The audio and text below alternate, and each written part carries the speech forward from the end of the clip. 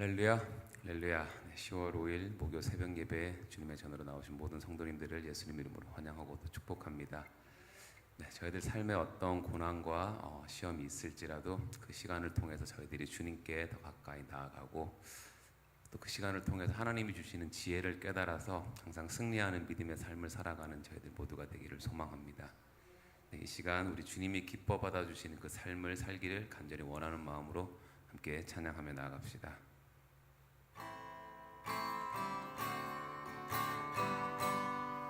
나 주님의 기쁨 되기 원하네.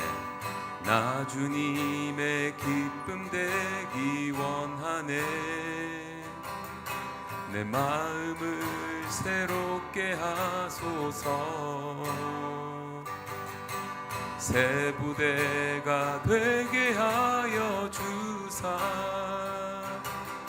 주님의 빛 비추게 하소서. 나 주님의 기쁨 되기 원하네. 나 주님의 기쁨 되기 원하네. 내 마음을 새롭게 하소서. 새 부대가 되게 하여 주사. 주님의 빛 비추게 하소서. 내가 원하는 한 가지 주님의 기쁨이 되는 것. 내가 원하는 한 가지 주님의 기쁨이 되는 것. 겸손히 내 마음 드립니다. 나의 모든 것 받으소서. 나의 맘 깨끗게 씻어주사. 주의 길로 행하게 하소서. 내가 원하는 한 가지 주님의 기쁨이 되는 것. 내가 원하는 한 가지 주님의 기쁨이 되는 것. 내가 원하는 한 가지 주님의 기쁨이 되는 것.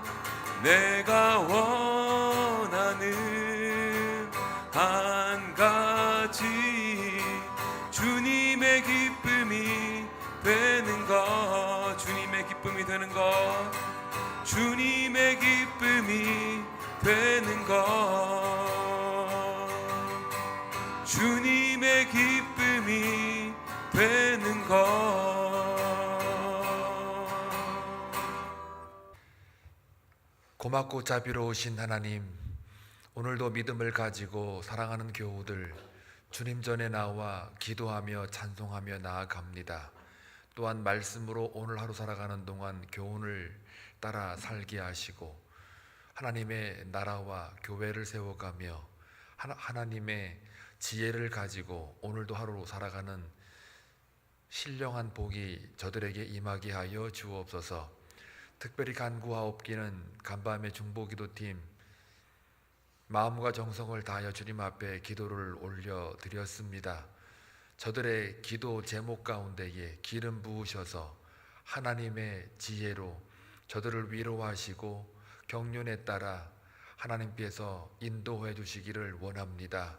하나님의 살아계심과 하나님이 우리와 함께 하심을 다시 한번 기도를 통하여 확인하여 싸우니 저들의 기도가 응답되는 그날까지 인내함으로 오래 참음으로 주님 앞에 가까이 나아가는 저들이 되기를 간절히 소망합니다. 그리하여 응답되어지는 기쁨으로 말미암아 하나님을 더 잘 섬기고 하늘의 것을 바라볼 수 있는 용기가 일어나게 하여 주옵소서. 기도하는 제목들 이루어질 때마다 많은 사람들에게 여호와의 얼굴을 볼 수 있도록 역사하여 주옵소서. 저희 교회의 남은 사역들 주님께 온전히 맡깁니다. 주님의 인도하심만을 발견할 수 있는 복이 저희 교회 가운데 임하게 하여 주옵소서. 사랑하는 교우들 그냥 돌려보내지 마시고 저들의 새벽마다 부르짖는 기도가 주님 앞에 상달되어지며 기억되는 기도가 되게 하옵소서. 불쌍히 여기시고 성령의 충만함으로 오늘도 믿음으로 승리한 하루가 되게 하옵소서. 말씀 가운데에 주의 마음을 깨닫는 은혜도 아울러 허락하여 주옵소서. 예수님의 이름으로 기도하옵나이다. 아멘. 하나님 말씀 보겠습니다. 잠언 3장입니다. 3장 11절에서 26절 함께 교독할 때 주의 음성을 들을 수 있기를 바랍니다. 내 아들아, 여호와의 징계를 경히 여기지 말라. 그 꾸지람을 싫어하지 말라. 대저 여호와께서 그 하시기를 징계한 같이 하시느니라. 지혜를 얻은 자와 명철을 얻은 자는 복이 있나니 이는 지혜를 얻는 것이 은을 얻는 것보다 낫고 그 이익이 정금보다 나음이니라. 지혜는 진주보다 귀하니 내가 사모하는 모든 것으로도 이에 비교할 수 없도다. 그의 오른손에는 장수가 있고 그의 왼손에는 부귀가 있나니 그 길은 즐거운 길이요 그의 지름길은 다 평강이니라. 지혜는 그 얻은 자에게 생명나무라. 지혜를 가진 자는 복되도다. 여호와께서는 지혜로 땅에 터를 놓으셨으며 명철로 하늘을 견고히 세우셨고 그의 지식으로 깊은 바다를 갈라지게 하셨으며 공중에서 이슬이 내리게 하셨느니라. 내 아들아, 완전한 지혜와 근신을 지키고 이것들이 내 눈앞에서 떠나지 말게 하라. 그리하면 그것이 내 영혼의 생명이 되며 내 목의 장식이 되리니 내가 내 길을 평안히 행하겠고 내 발이 거치지 아니하겠으며 내가 누울 때 두려워하지 아니하겠고 내가 누운즉 내 잠이 달리로다. 너는 갑작스러운 두려움도 악인에게 닥치는 멸망도 두려워하지 말라. 대저 여호와는 내가 의지할 이시니라. 내 발을 지켜 걸리지 않게 하시리라. 아멘. 잠언에서 말하는 지혜는 첫 시간에도 말씀드렸다시피 하나님의 지혜, 다른 말로 말하면 우주의 질서와 이치를 다른 종교에서는 그렇게 표현을 합니다. 하나님은 생명이 있으신 분이기 때문에 생명이 있는 것 정도가 아니고 하나님 생명의 근원이시기 때문에 우리가 지혜 그러면은 사람들이 말하는 그 똑똑함, 탁월함, 또 총명함, 명철이 있음, 말을 잘함, 판단력이 뛰어남, 그런 걸 말하는 게 아닙니다. 그거는 이 사람의 어떤 성숙도에 따라서 다르긴 하는데 그런 것들은 모두가 다 우리가 가지는 어떤 지식에 불과하고요. 지혜는 우리가 갖는다고 갖는 게 아니고 누군가가 우리에게 주어져야만 우리가 가질 수 있다. 이 첫 시간에 화요일 날 말씀을 드렸습니다. 이 지혜에 대한 명확한 것을 우리가 이해하지 않고 잠언을 이해하면 읽어도 아마 무슨 뜻인지 알 수가 없어요. 그래서 지혜라고 하는 것은 하나님의 그 담겨져 있는 속성이라 그럴까요? 하나님의 말씀, 하나님의 진리, 그걸 가리키는 거니까 절대로 진리는 우리가 선택해서 받을 수가 있는 게 아닙니다. 무언가가 주어져야만 우리가 가질 수 있는 게 지혜죠. 그래서 보통 타종교에서는 그걸 도, 길, 혹은 이치, 법칙, 원칙, 체계, 세계의 흐름, 뭐 그런 단어로 쓰이기도 합니다. 여러분, 한국 같은 경우는 사계절이 있잖아요. 봄, 여름, 가을, 겨울. 그러면은 그 계절에 따라서 사람이 옷을 바꿔 입잖아요. 그게 바로 조금 더 지혜를, 이치를 설명하기, 예를 들기가 참 그래도 좀 나은 편인데 그것도 정확한 편은 아니에요.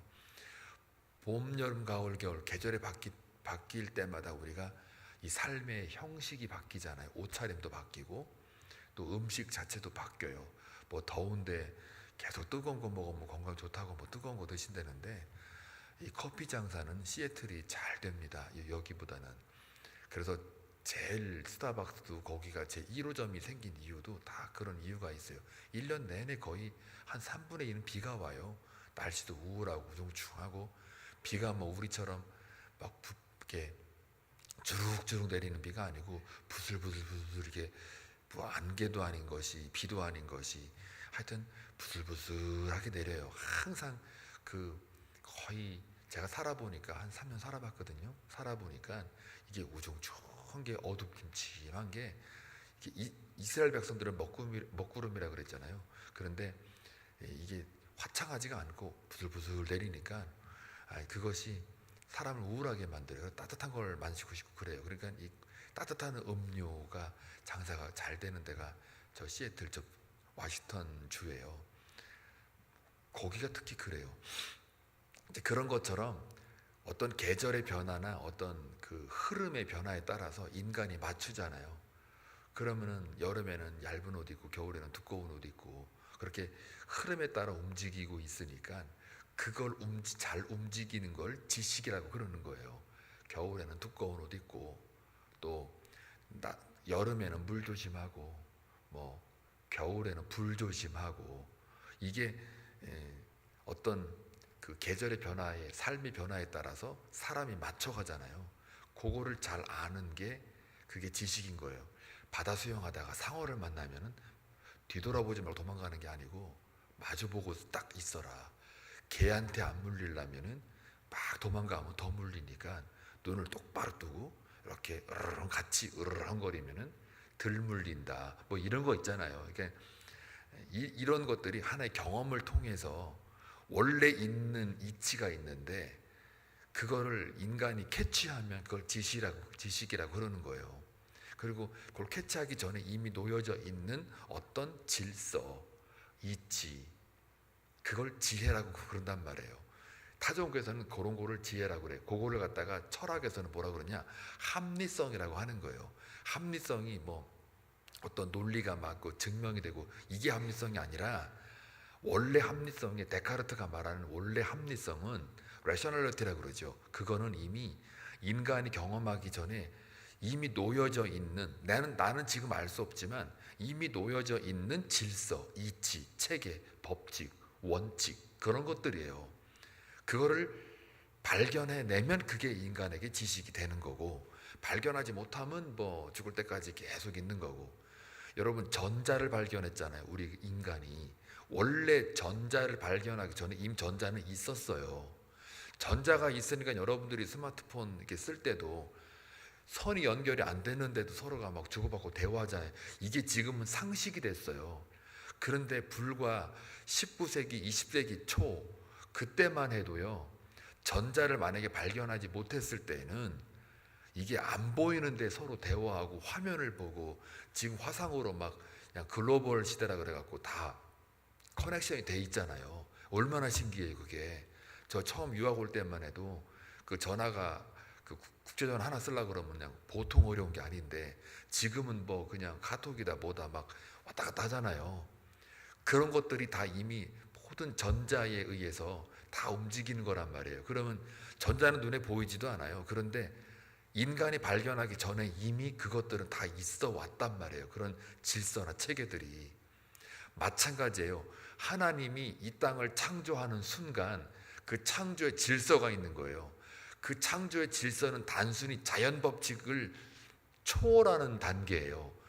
자연 법칙은 하나님의 창조 이후에 발생한 것이기 때문에 그 자연 법칙의 주인도 하나님이에요. 그러니까 하나님 자체가 벌써 엄청난 거죠. 그 존재 가치로 따지자 그러면. 그러니까 그게 지혜예요. 그게 하나님은 곧 지혜, 지혜는 곧 말씀, 로고스.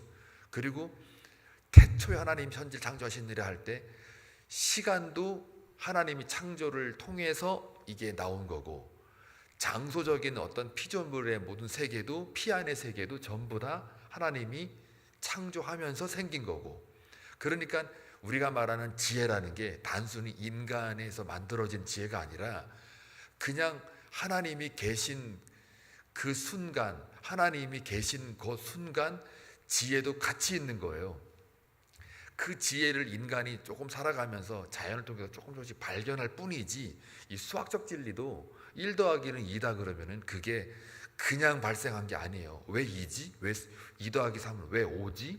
라고 할 때 이 수학적 법칙이 있잖아요. 이 법칙도 이걸 가지고 과학이 발달하고 우주에 이제 우주선을 띄우기도 하고 그거 가지고 다 계산한단 말이에요. 어느 지점에 인공위성이 똑 떨어지는지 뭐 그런 것들을 다 이렇게 계산을 수학으로 다 계산해 가지고 한단 말이죠.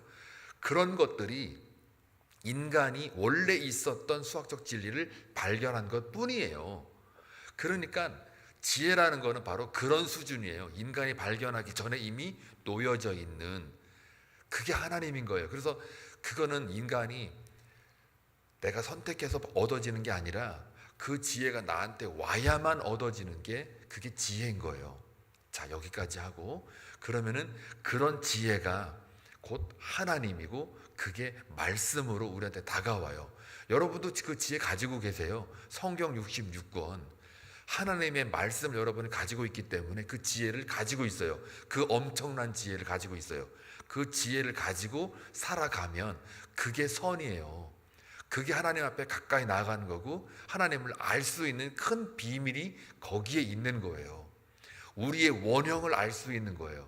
우리의 존재 근원을 알 수 있고, 우리의 생명의 근원을 알 수 있는 거고, 우리의 원래 모습이 어떠했는가를 알 수 있는 게 그게 지혜예요. 그게 우리에게 주어졌는데 그게 바로 특별 계시, 하나님을 드러내는 그게 바로 계시잖아요. 그 계시의 말씀을 저와 여러분이 성경을 통해서 갖고 있어요. 거기다가 플러스 예수 그리스도까지 우리는 이 안에 지금 그분 안에 우리가 거하고 있는 거예요. 그 안에 거하고 있기 때문에 엄청난 계시를 우리가 지금 가지고 있단 말이에요. 그러니까 이미 여러분들은 지혜 중에 특별한 지혜를 여러분이 가지고 있는 거죠. 예수가 여러분 안에 산다면 그게 엄청난 지혜가 우리 안에 거하고 있는 거예요. 자, 그런데 그 지혜는 하늘의 것이에요. 땅의 것이 아니에요. 그래서 땅의 것에는 육체적인 거예요. 그래서 여기 보니까 14절에 은도 있고 정금도 나오잖아요. 근데 그 지혜가 은보다 낫고 정금보다 낫다라고 말하잖아요. 은과 정금의 상징은 육입니다. 그리고 진주도 육을 상징해요. 그런데 여기 보면 전부가 다 지혜를 얻은 자와 명철을 얻은 자, 같은 말입니다. 명철이나 지혜나 같은 건데, 그거를 얻은 자가 뭐예요? 은보다 낫고 정금보다 낫다. 그걸 얻은 것보다 낫고, 그보다 진주보다 더 귀하다. 그리고 사모하는 모든 것으로도 이것에 비교할 수가 없다라고 하는 말이에요. 그러니까 지혜라고 하는 말을 제가 왜 또 서두에서 이렇게 어려움은 어렵고 쉬우면 쉽고 라는 말을 이렇게 제가 설명을 하느냐면, 그 지혜는 육에 속한 것이 아니기 때문에 그래요. 그러니까 저 하늘에 신령한 것으로, 신령한이란 말로 써도 이게 모자라요. 지혜라는 말을 설명하려고 그러면 그냥 하나님 이 존재 자체를 설명하는 것이기 때문에 인간의 언어로 담아낼 수가 없어요. 그래서 그냥 굳이 설명하자면 그렇다는 이야기입니다. 그렇기 때문에 은이나 정금이나 진주보다 더 귀하다는 말이 이 고백에서 나오는 거예요. 이 잠언 저자가. 그런데 인간은 어떻게 사느냐? 자꾸 육을 입고 있는 자들이기 때문에, 이 땅에 살고 있기 때문에 원형은 저 하늘이고, 또 은, 정금, 그 다음에 진주, 이런 것들의 그 육에 속한 것들은 다 어디서부터 왔냐면 지혜로부터 왔단 말이죠. 하나님의 그 창조의 그 지혜, 질서로부터 이게 다 주어진 것들이에요. 그러니까 주어진 여러 가지 그 물체적인 것들, 대상에 대해서 우리가 마음을 쏟는 게 아니고, 이것의 그 진정한 근원, 사람을 포함해서 모든 물질의 근원, 이게 다 위에 있단 말이죠. 하늘에. 근데 그 하늘에 따라 살아야 되는데 우리는 자꾸 육에 쏠려가지고 이 땅의 것들을 자꾸 바라보게 돼요. 하다못해 여러분, 제가 설교했잖아요. 메뚜기도 그게 튄다 그래갖고, 하늘로 튄다 그래서 조금이라도 튀니까 그게 부정한 동물에서 제외가 되는 거 아세요? 이게 얼마나 재밌습니까? 레위기 보면은 이건 부정한 것들이야, 저거는 정한 것들이야 라고 규정을 할 때 최대한 하늘로 이렇게 올라가는 것들은 전부 다 그 뭡니까? 정한 것이고요. 이 땅으로부터 이 접착되는 거, 특히 뱀 같은 거 이렇게 막 기어다니는 거, 이런 것들은 다 부정한 것들이니 건들지도 말고 먹지도 말라고 한단 말이에요. 이 돼지도 원래 부정한 것들로 거기 이렇게 규정이 되어 있잖아요. 원래 우리 다 먹으면 다 부정한 건데, 이 돼지의 특징은 또 고개를 못 들잖아요. 살아있을 때는. 여러분 돼지가 고개 드는 거 봤어요? 고개 들어가지고 하늘 보는 거 봤냐고요. 돼지는 죽어야만, 뒤집어져야만 이게 하늘을 봐요. 죽어서. 돼지가 그래요. 그러니까 이게 참, 이 삼겹살 먹을 때는 참 좋은데요. 이게 돼지를 보면은 참 불쌍하긴 해. 살아있을 때 하늘을 못 봅니다. 뒤집어져야 돼요. 뒤집어져서 누워야 이렇게 보는 거예요. 그러니까는 왜 또 돼지 얘기가 나와가지고 지금 흐름을 깨고 있어요. 지금 결국은 제가 뭘 말하려고 하냐면 11절을 설명하려고 지금 그런 거예요. 징계 얘기하려고 하는 거예요. 우리가 땅의 것들 자꾸 바라보게 되니까 저 하늘에서 저 지혜가 우리를 가만히 두지를 않는 거죠.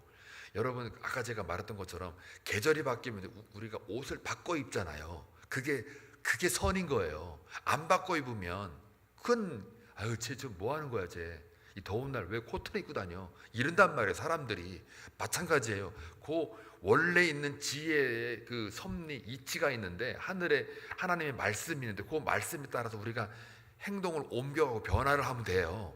근데 그걸 변하지 않아요.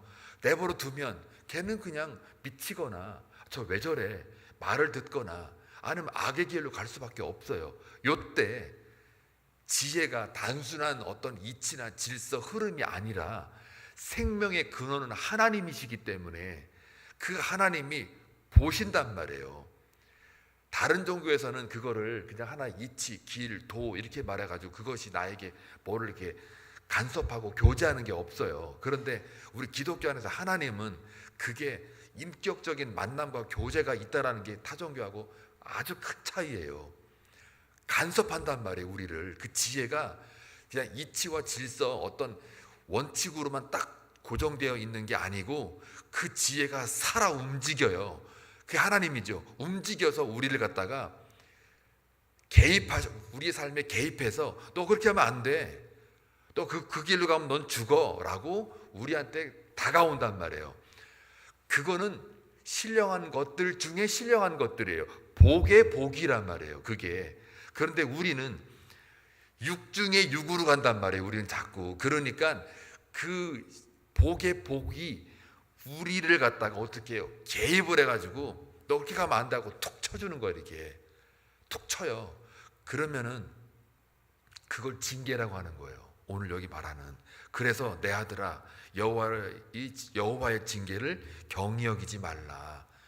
그 꾸지람을 싫어하지 말라. 12절 대저 여호와께서 그 사랑하시는 자를 징계하시기를 마치 아비가 그 기뻐하는 아들을 징계함 같이 하시니라.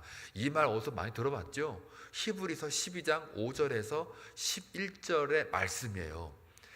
우리가 지난달에 히브리서를 공부했잖아요. 묵상했잖아요. 근데 12장 5절에서 11절에 나와 있는 말씀을 종합적으로 두 구절로 압축해 놓은 거예요. 그러니까 히브리서는 그 저자는 저 말씀을 인용했다는 거죠. 저 말씀을 그대로 따서 예수 그리스도를 설명할 때에 히브리서 12장 5절에서 11절 말씀을 그대로 인용하는데, 이 사람은 내 아들아 여호와의 징계를, 여기다가 여호와 대신에 주의 징계를 경히 여기지 말라, 가볍게 여기지 말라 이렇게 적어놨어요. 히브리서에는. 그리고 그 꾸지람을 싫어하지 말라. 여기서는 싫어하지 말라인데 거기 히브리서에서는 그 꾸지람을 받을 때에 낙심하지 말라. 대저 여호와께서 그 사랑하시는 자를 징계하시기를. 요건 같은 말이에요. 마치 아비가 그 기뻐하는 아들을 징계함 같이. 근데 여기서 징계라는 말은 또 채찍질로 써 있어요. 히브리서는. 그래서 아비가 그 기뻐하는 아들을 채찍질함 같이 하시니라. 그러니까 채찍질, 징계 다 같은 말이에요. 그리고 헬라어로 말하면 파이테이아라는 단어를 썼어요. 그러니까 이게 무슨 말이에요? 파이테이아 단어는 자식 만들기, 아들 만들기라는 뜻이에요. 그러니까 아버지가 진정한 아들을 만들기 위해서 채찍을 때리고 또 꾸지람도 마다하지 않는 거예요. 말하자면 회초리를 든 거예요. 회초리를. 내 자식이니까. 그리고 내 자식이 딴 데로 다른 길로 가니까 이게 채찍을 때리시는 거예요. 그걸 징계라고 하는 거예요. 그래서 히브리서 저자는 뭐라고 그러냐, 징계는 하나님 백성이고 하나님의 아들이면 다 받는다예요. 그리고 그 징계가 없다면 너희들은 뭐예요? 사생자다, 나의 친아들이 아니다라고 말을 해요. 그러니까 여러분들의 인생 속에 이미 여러분들은 예수 안에 거하고 내 말에 거했기 때문에 그 지혜 안에 여러분들이 거하는 삶을 지금 살고 있어요. 성경 66권을 가지고 있고 매일마다 이렇게 예배 자리에 나와서 하나님을 경배하는 것 자체는 그 높은 복 중의 복, 그 지혜가 여러분에게 들어와 있는 거예요. 들어와 있는데 우리는 여전히 육을 입고 사니까 자꾸 땅의 것으로 이렇게 내 눈을 돌리게 돼요. 그때마다 그 지혜가 여러분 안에 있어서 여러분에게 뭘 받게 해요? 고난을 받게 하고 환난을 당하게 만들어요. 그거를 갖다가 인생의 채찍이라고 그러는 거고 하나님의 진노의 막대기로 여러분을 때리시는 거예요. 그거를 오늘 11절에 내 아들아 그러잖아요. 내 원수야 그렇게 말 안 하잖아요. 오히려 징계가 만약에 채버리고 죄값을 치르게 되는 그런 거라면 내 아들아가 아니라 이 원수야, 여호와의 그 체벌을 벌을 한번 천벌 받아봐라 이렇게 나와야 되잖아요. 근데 저기는 징계를 말하는데 내 아들아 그러잖아요. 얼마나 하나님의 그 마음이 안 느껴지세요? 여러분이 딴 길로 가는 거 자꾸 옆으로 톡톡톡 치고 있잖아요. 조금 아프다고 막 울고 불고 와가지고 막 주여 이 고난을 나에게 왜 주십니까? 그럼 하나님이 다 너 살리려고 그러는 거야. 그 말씀이 들리셔야 돼요. 무조건 억울해요. 뭘 억울해요? 하나님은 우리를 왜 죽으셨는데 안 그래요? 저는 하나님 편이지 여러분 편이 아니거든요. 하나님의 마음을 전달하는 거예요 지금. 그래서 여호와의 징계를 어떻게 해요? 가볍게 여기지 말라. 사람마다 다 달라요. 죽지 않을 만큼 줘요. 저 징계는 감당할 시험만을 허락한다는 요 감당할 만한 시험은 그게 유혹이 아니에요. 사탄이 살살살 꼬신 그런 유혹을 말하는 게 아니고 테스트를 말하는 거예요. 그러니까 하나님의 그 아들 다음으로 가기 위해서 하나님이 훈련을 시키는 거죠. 그래서 그 꾸지람을 싫어하지 말라. 히브리서에는 꾸지람을 받을 때 낙심하지 말라. 이건 낙심할 일이 아니기 때문에 낙심하지 말라예요. 그러니까 이것이 내가 하나님의 지혜가 나를 이렇게 자꾸 인도하는구나, 나를 이끄는구나. 이런 꾸지람과 이런 징계가 나한테 왔구나. 이걸 알아차리면 그 사람은 절대로 넘어지지 않아요. 절대 실패하지 않아요. 그래서 대저 여호와께서 사랑하시는 자를 징계하시기를 마치 아비가 그 기뻐하는 아들을 징계함 같이 하시니라. 예수님이 그 징계 대상 1호예요. 1호. 이사야 53장에 그 아들을 갖다가 징계하잖아요. 뭘로? 십자가로. 왜 십자가로 징계를 해요? 냅두지, 그냥 살려두지. 왜 죽이십니까? 저와 여러분 살려내려고. 더 큰 것을 하나님은 보시고 그 아들을 죽이시잖아요. 그리고 그 죽음에 이르러 십자가에 달려 돌아가셔서 부활까지 가야 진짜 아들다움이기 때문에 그 아들을 징계하시잖아요. 예수님도 인성이 있으시고 육을 가지신 분이라 아파요. 채찍에 맞으면 아프단 말이에요. 피 흘려요. 너무 괴롭죠. 근데 그 괴로움을 어떻게 해요? 하나님 아버지가 아들을 기뻐하는 마음으로 징계하잖아요. 그래서 이는 내 사랑하는 아들이요 기뻐하는 자라, 이 말이 하나님의 마음을 고스란히 이렇게 비춰지고 있어요. 그러니 저와 여러분의 인생도 예수 닮기를 위해서 인생 살아가는 그 짧은 시간, 잠깐 그 인생 그 사이에 하나님의 자녀답게 만들기 위해서 아들 예수님을 그렇게 했던 것처럼 우리도 똑같은 자식이니까, 접붙인 자식이지만 똑같은 자식이니까 똑같이 하나님이 지혜를 가지고 우리에게 다가오시는 거예요. 그러니 얼마나 하나님을 찬송하지 않을 수가 없죠. 우리 사랑하는 걸로 나오니까. 그렇죠? 그 하나님을 오늘 하루 느끼시면 이 세상 살만 납니다. 하늘을 봐도 찬송할 수 있고, 땅의 것을 봐도 찬송할 수 있고, 나뭇잎 하나 흔들리는 것도 저게 오묘한 손길로 다가올 수 있고요. 심지어 나를 해코지 하는 사람을 봐도 저게 불쌍하네 하고 하나님의 마음이 이게 솟아오른단 말이에요. 그럼 더 기도하게 돼요. 하나님께 내가 대신 나아가게 돼요. 그게 중보예요. 저 죄인을 보니까, 저 남편을 보니까, 저 아내를 보니까 나한테는 상처 주는 말 많이 해가지고 내가 쓰라리지만 이것도 하나님 저 영혼을, 저렇게밖에 안 되는 저 영혼을 불쌍히 여기라고, 저 모습이 나였구나, 저 모습이 나였기에 예수님이 나를 위해 돌아가셨구나, 나보고 기도하라는 거구나 하고 그렇게 나가보세요. 천군 천사가 여러분 보고 찬송한다니까요. 그 순간 여러분의 괴로움 속에, 그 고난 속에 천군 천사가 하나님의 아들 다음으로 등극하셨어요, 승진하셨어요 라고 하나님 앞에 찬송한다니까요. 그게 오늘 그 징계예요. 그래서 여러분 그 다음 나머지 그 16절부터 모든 말씀은요, 장수, 부귀, 평강, 생명력, 나무, 그 다음에 21절에 뭐 지혜, 그 다음에 22절에 내 영혼의 생명, 내 목의 장식, 누울 때 두려워하지 아니하고, 그래서 대저 여호와는 의지할 자다, 내 발을 지킨다. 이게 다 이제 그 11절 13절이 완벽하게 여러분에게 자기화된 말씀으로 들어가게 되면 나머지 것들은 그냥 따라붙는 하나의 서술에 불과해요. 그게 그 복이 기다리고 있는 거예요. 아멘.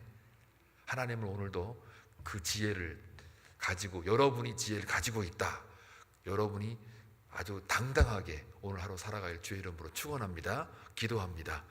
좋으신 아버지 하나님, 감사합니다. 우리가 인생 살아가다 보면 고난을 만납니다. 어려움을 만납니다. 그럼에도 불구하고 하나님의 지혜가 우리 안에 있고 주님의 말씀이 우리 안에 있습니다. 그리고 우리가 하나님의 말씀에 거하는 삶을 살고 있습니다. 그렇기 때문에 하나님께서는 우리에게 사랑하는 아들처럼 징계를 주시기도 합니다. 그 징계를 싫어하지 않게 하옵소서. 그 꾸지람을 받을 때 낙심하지 않게 하옵소서. 오히려 사랑하고 기뻐하는 아들에게 이와 같이 채찍질로 징계를 우리에게 주신다고 말씀하셨습니다.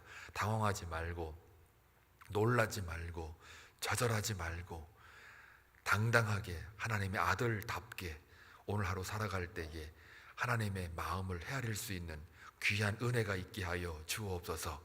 기도하러 나온 자들에게 그냥 외면하지 말아주시고 그 기도 가운데 하나님의 징계와 하나님의 지혜가 풍성하게 나타나게 하여 주옵소서.